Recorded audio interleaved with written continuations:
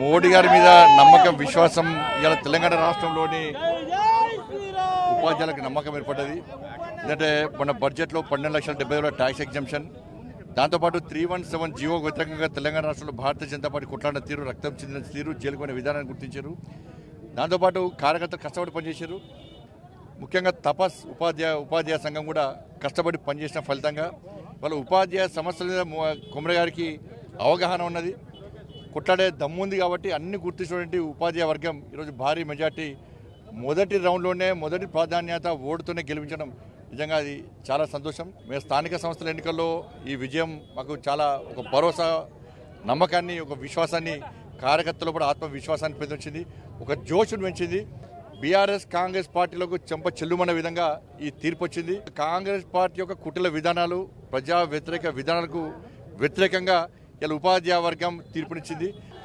ఇలా కాంగ్రెస్ను ఎదుర్కొనే దమ్ము ధైర్యమైన పార్టీగా భారతీయ జనతా పార్టీ ప్రజలు గుర్తించారు.